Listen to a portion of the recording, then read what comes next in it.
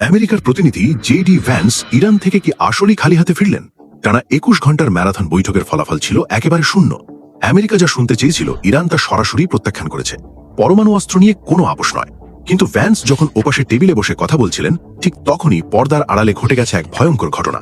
যুদ্ধ শুরু হওয়ার পর এই প্রথম আমেরিকার দুটি শক্তিশালী ডেস্ট্রয়ার সরাসরি হরমুজ প্রণালী অতিক্রম করল। তারা লুকিয়ে যায়নি, বরং ট্র্যাকিং সিস্টেম অন রেখে বুক ফুলিয়ে এগিয়েছে, যাতে ইরান তাদের প্রতিটা ইঞ্চি তদারকি করতে পারে।